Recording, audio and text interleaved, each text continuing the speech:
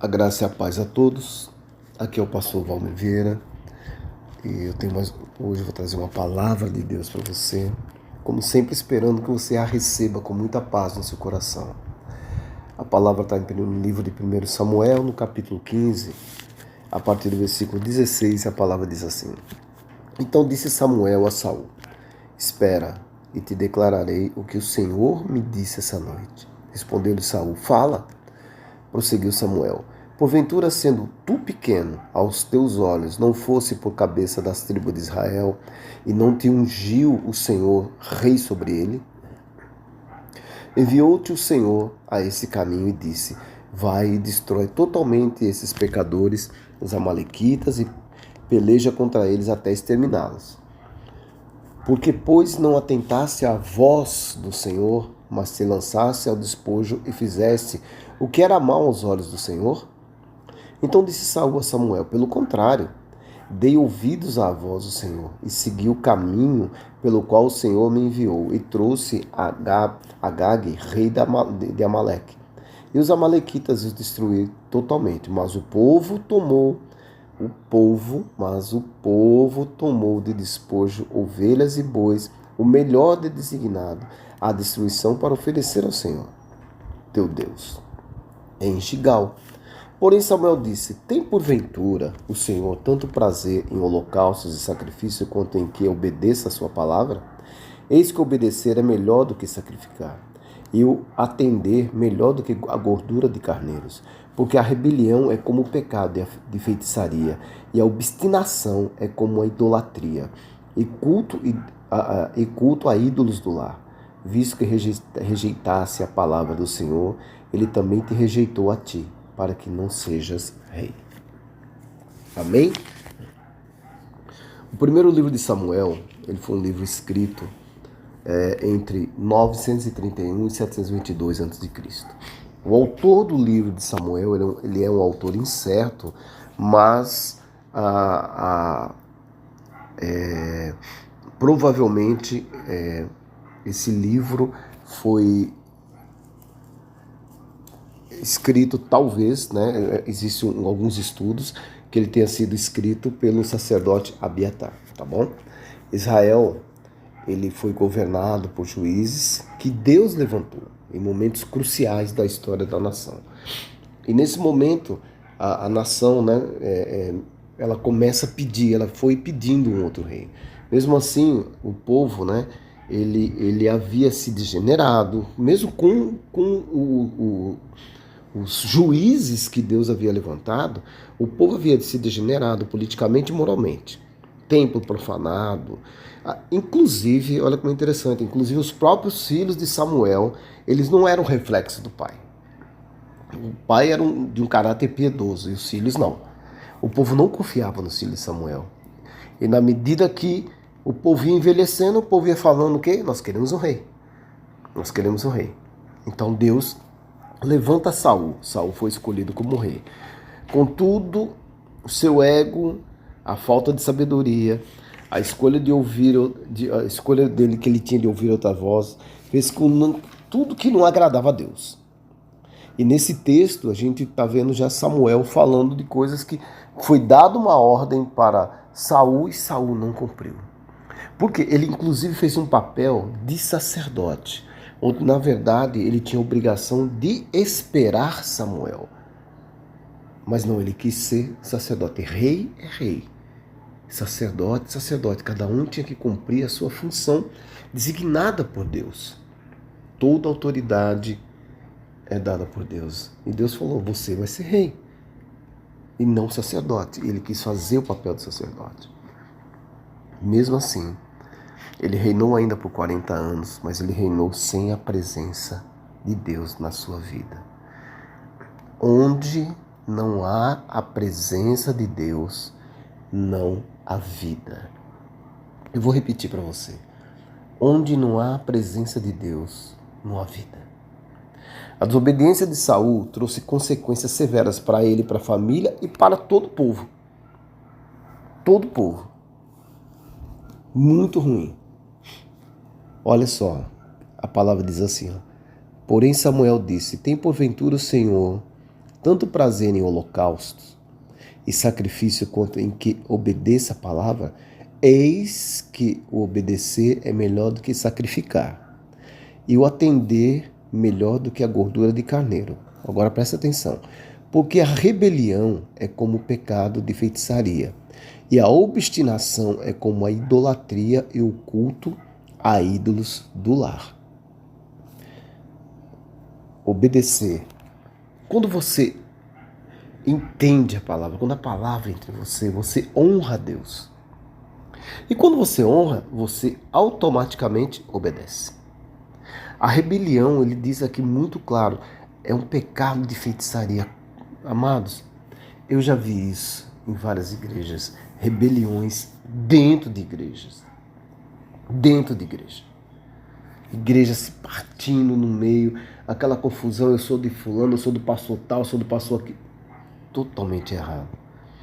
E a obstinação que as pessoas criam gera o quê? Uma idolatria. E quando você rejeita a palavra do Senhor, o Senhor também rejeita. A palavra está dizendo aqui, visto que rejeitasse a palavra do Senhor, ele também te rejeitou a ti. Então não rejeite, meu amado, minha amada. Nos tempos atuais, olha como a palavra de Deus, ela é muito atual, muito viva. Nos tempos atuais nós vemos culto voltados a homens. Sabe, essa obstinação do homem de ser idolatrado. E Saul ouviu e concordou com o que o povo queria, onde ele tinha que ouvir, na realidade, ele tinha que ouvir a voz de Deus. E não a voz do que o povo diz. Existe um ditado popular que a voz do povo é a voz de Deus. Isso é mentira. A voz de Deus é a voz de Deus. Que quando você ouve a voz do Senhor e você obedece à voz do Senhor, você está indo dentro de um caminho reto. Dentro da vontade dele, a vontade dele é alinhada à sua, e as coisas vão tendo sucesso, as coisas vão acontecendo porque você está dentro da vontade de Deus, você está no plano dele, você está executando exatamente o que Deus quer que você faça. Ande junto com Deus, porque hoje, eu vou lhe dizer, o Senhor está destruindo muralhas que se acham indestrutíveis. São pessoas que falam que estão no mesmo lugar que Deus, mas não estão, porque eles criaram templos luxuosos, satisfazendo o quê? O ego humano. E Deus está destruindo tudo.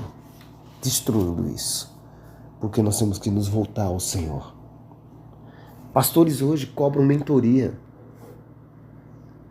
Cobra mentoria. Onde? Qual é o papel do pastor? Ele tem a obrigação de fazer o que? De discipular, de ensinar, de orientar, de direcionar.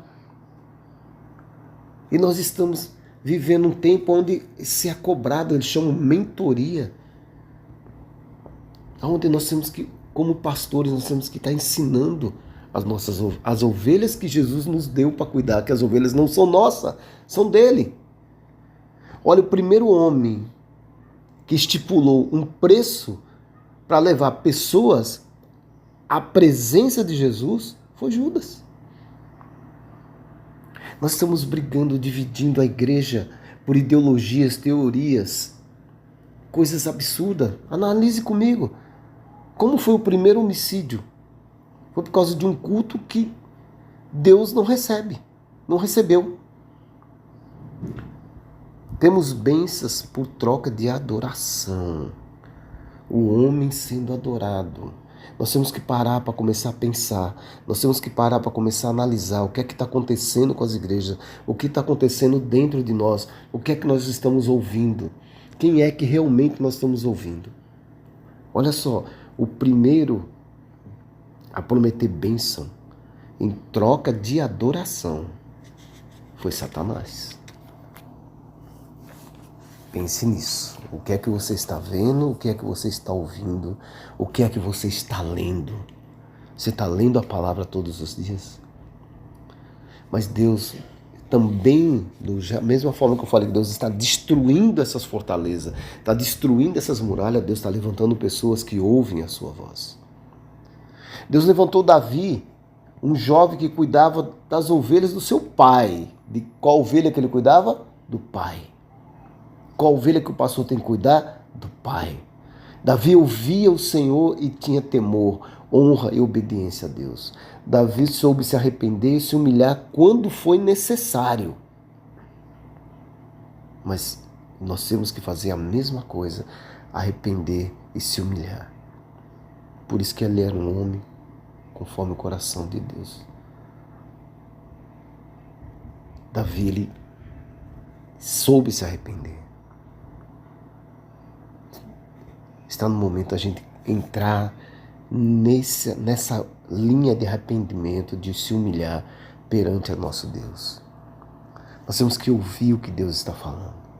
Não um templo luxuoso que vai mover o coração de Deus, não. É o seu coração verdadeiro que move o coração de Deus. Onde está o seu altar? Você está colocando aonde? Onde está a sua adoração? Onde que nós estamos adorando? O que nós estamos adorando? Nós temos que colocar tudo aos pés de Cristo. Viver uma adoração constante. No meu trabalho, no seu trabalho, na sua escola, onde você estiver, você tem que estar. Você tem que ser luz. Nos evangelhos, Jesus ele se apresenta como Messias, sabe? Olha, a primeira vez, quando ele vai se apresentar, ele não se apresentava como Messias para ninguém. Mas lá nos evangelhos, no evangelho de João 4, ele se apresenta como Messias para uma mulher samaritana. Uma mulher que já teve 5 maridos, vamos colocar assim, 5 divórcios. Essa mulher, ela se torna uma missionária. Ela pega uma multidão para ouvir Jesus. E quem era essa mulher perante aos olhos humanos? Aos olhos humanos, ela era uma pecadora. Era uma mulher que teve vários maridos. E ela tinha que viver longe da sociedade.